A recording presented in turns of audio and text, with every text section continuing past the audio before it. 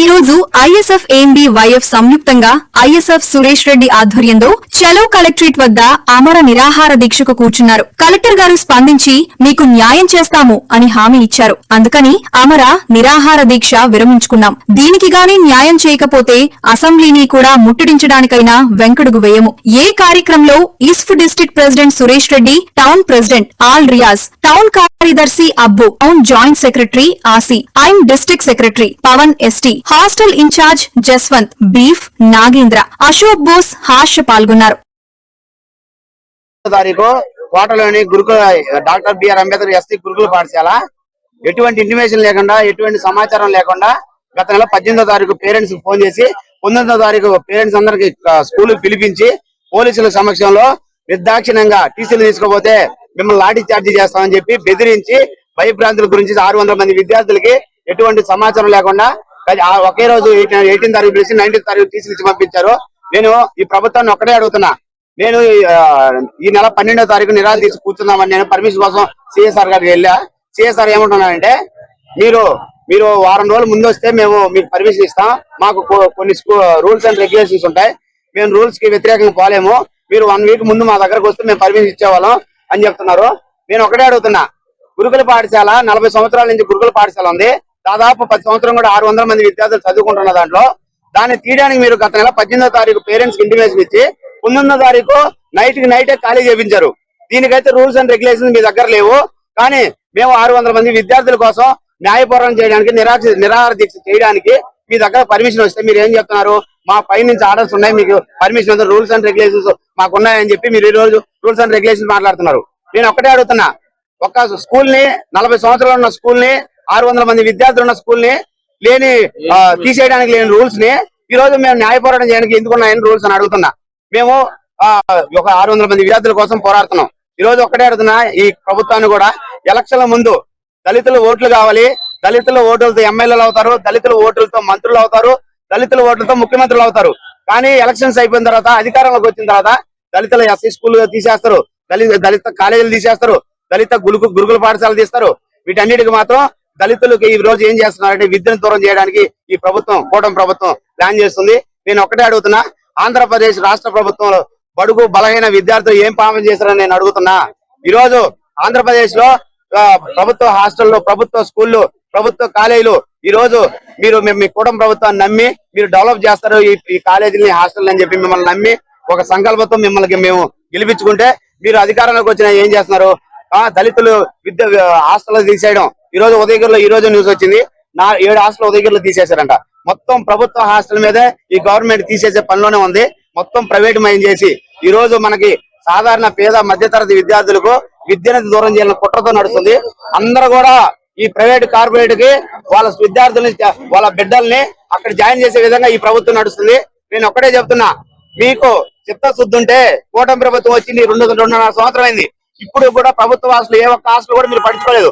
మొత్తం ప్రైవేటీకరణ చేసి ఈ రోజు ప్రైవేటు కార్పొరేట్ వ్యతిరేకంగా మేము పోరాటం చేస్తుంటే మా మీద కేసులు పెట్టి ప్రైవేటు కార్పొరేట్ తొత్తులుగా మీ గవర్నమెంట్ పనిచేస్తుంది తప్ప సాధారణ మధ్యతరగతి విద్యార్థులు మీరు ఈ 2 సంవత్సరాలు చేసింది ఏం లేదు. నేను ఒక్కటే అడుగుతున్నా, మీరు కానీ విద్యార్థులకు అన్యాయం చేస్తే రాబోయే రోజులు ఈ ఉద్యమాన్ని రాష్ట్ర వ్యాప్తంగా తీసుకువెళ్తానని మీ విధంగా హెచ్చరిస్తున్నాను. అదే విధంగా మా డిమాండ్ ఏంటంటే గురుకుల పాఠశాల తిరిగి ప్రారంభించాలి, లేని పక్షంలో మీ అసెంబ్లీ కోటలు బద్దలు కొడతాం.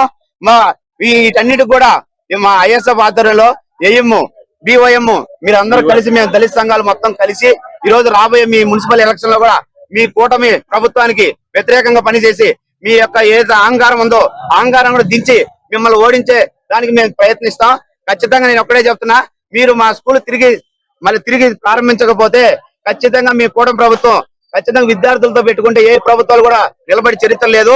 మీరు గమనిస్తే పక్క దేశంలో శ్రీలంక, బంగ్లాదేశ్ లో ఏమైతే అయిందో అదే విధంగా మీకు కూటమి ప్రభుత్వానికి మీ పరిస్థితి వస్తాయి. అదే విధంగా మీరు కానీ మా స్కూల్ తిరిగి ఇవ్వకపోతే మీ ప్రజా ప్రతినిధులు ఇల్లు కూడా ముట్టడించడానికి మేము వెనకడుగేమో. కాబట్టి నేను ఒక్కడే చెప్తున్నా, మా ఒక్క ప్రత్యేక డిమాండ్ ఏంటంటే మా కోట స్కూల్ మాకు తిరిగి రీస్టార్ట్ చేయాలి. చేయకపోతే మాత్రం ఉద్యమం ఖచ్చితంగా రాష్ట్ర వ్యాప్తంగా కూడా ఐఎస్ఎఫ్, ఏఎం, బిఓఎం ఆధ్వర్యంలో రాష్ట్ర వ్యాప్తంగా ఉద్యమం తీసుకెళ్తాం. అందరికీ నమస్కారం.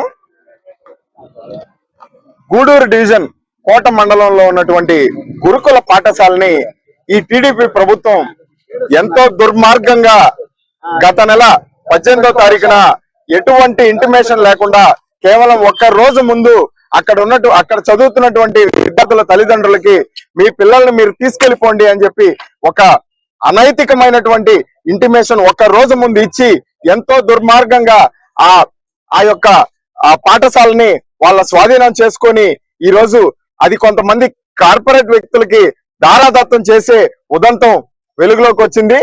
అందులో భాగంగా ఐఎస్ఎఫ్ స్టూడెంట్ ఆర్గనైజేషన్ ఎవరైతే ఉన్నారో సురేష్ గారి ఆధ్వర్యంలో ఆనాటి నుంచి కూడా దీనికి వ్యతిరేకంగా అనేకమైనటువంటి పోరాటాలు చేస్తా ఉన్నారు.